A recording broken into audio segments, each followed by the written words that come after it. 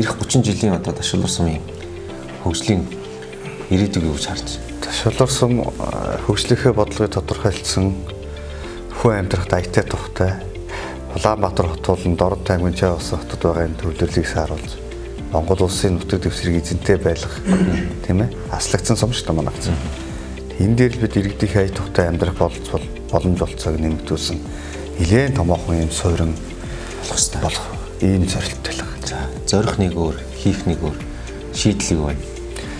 Тодорхой энэ том өрөөдлийг бид нар биелүүлэхэд тулд хэд хэдэн зорилтыг дэвшүүлсэн. Тэгээ энэ зорилттой ажил болгоод эхлэх явж байгаа. Жишээ нь өнөөдөр Дашвар сум эдийн засгийнхаа болоод хүн аймаг хаймжиргааны төвшнгөөр бол Дорд аймагт том ах. Тэгээ энэ бидэрт нөгөө юу хэлээд байна гэхээр амьдрах боломж байна гэдэг. Мэдээж газрын баялаг бол манай сум бол бас ч гэж боломж. Энэ баялагийг зөв ашиглалтанд оруулж, эргэлтэнд оруулах юм бол энэ сумд өөрөөгөө чинь их болно. Дорд аймагт байдаг цөөхөн томоохон уулуурхайн төслүүдээс нэг нь шиншил компани Дашвар сумын нутагт ашиглалтын үйл ажиллагаа явуулж байгаа. Энэ компани нийгмийн хариуцлага, магадгүй сум орон нутгийн удирдлага, иргэдийн зүгээс хамтын ажиллагаа хэрэг байна. 2004 оноос нь манай сумын нутагт үйл ажиллагаа явуулсан компани.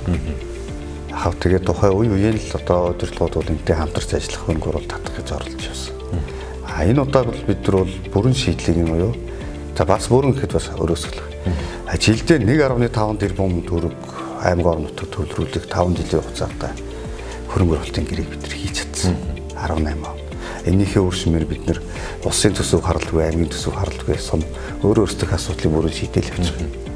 Тэгэхээр энэ компани яг энэ шиг ийм нийгмийн хариуцлагын гэрээ хийсэн олон ач холбогдолтой нэгтгэл байгальд ээлтэй мөн ажлын байрыг гаргасан энэ уулуурхайг бол бид дэмжиж явах хэрэгтэй гэж бодож байна. Дашвар сум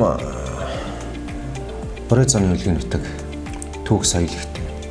Тэгэхээр яг энэ ард иргэдийнхаа Борой зооныхоо соёлын үеийг хадгалж үлдэх тал дээр аль талаас нь харж байна? Тодорхой зорилт шийдэл юу байна? За сая бол өөр Монголд маань асуудал гарлаа шүү дээ. Хэл соёлоо одоо хэл соёлыг нь одоо байхгүй болгосон юм байна. Яг энтэй адилхан бид бол Монгол улс нэг Боройд хэл айлгууг бол болгоёг. Гэхдээ энэ мартагдж байгаа энэ Боройд цооныхоо өв соёлыг бол байнга одоо хөгжүүлэх хэрэгтэй гэж боддог. Энэ чухалаараа бид нэр Боройдын одоо өв соёлын музейг эхлүүлээ явж байгаа. Эх хонд ашиглалтанд орж байгаа. Дээрээс нь энэ Боройд цооны хэл айлгууг одоо нандин одоо ийм зүйлийг харуулсан хөгжмийн болоод яруу найргийн ийм CD-нүүдийг шатаагаад хийж байна л да. Энэ маань өөрөө Боройд цооны түүх өв соёлыг хойж идэ өвлүүлэх хэл соёлоо одоогийн байгаа төвшнөөс бууруулахгүй хадгалж үлдсэн юм зорилготой. Дашвар сум дэд үтцийн хувьд ирээдүйд одоо хөгжлийн суурь байх хэрэгтэй. Тэгээд дэд үтцийн юм давуу тал гэдэг юм уу боломж энийг ирээдүйд яаж шийдэхээр төлөвлөж байна? Дэд бүтцийг бүрэн шийдснээр л нөгөө бидний яриад байгаа 30 оны тэр 30 хүртэлх 30 жилийн төлөвөө арах гэдэг шүү дээ. Тэгэхээр манай хол 2008 он төвийн эрчим хүчин төлөвлөсөн 10,000 кВт эрчим хүчтэй. Энэ одоо байгаа суурь амьдралд сумын төвд байгаа иргэдийн хэрэгцээг хангах байсан. Одоо бид нар шинээр үйлдвэр байгуулах ихээр боломж байхгүй. Тийм учраас өнгөрсөн жил улсын төсөвт 35 кВт-ын шугамын зураг төсвийн ажлыг суулгаад шийтүүлсэн зураг нь ингээд дуусч байгаа. За дээрэс нь нэгэн эрчим хүн шийдэгдэх юм бол бид нар инженерийн байгууламж буюу төвлөрсөн нэгдсэн халаалт байна.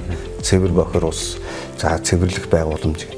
Энэ дэд бүтцийг ойрын одоо энэ 3 жилдээ 4 жилдээ бид багтаагаар шийдчихээр л суурин одоо суурьшмал одоо манай сумын одоо төв суурингийн дэд бүтц одоо хөгжиж иргэдийн маань ирэх боломжууд нэгднэ гэж харж байна. За балбар Дашвар сум дээр нэг ажлын байрыг нэмэгдүүлэх. Мэдээж байшин барилга баригдаад хүмүүний амьдрах аятай таттай нөхцөл бүрдүүлэх бол зайлшгүй чухал. Гэхдээ нөгөө талдаа тэнд амьдраад ашиг орлоготой амьдрах бололцоог нэхийн тулд сумын засаг даргын хувьд, залуу хүний хувьд ирээдүйд нь яаж шийдэх ёстой гэж харж байна.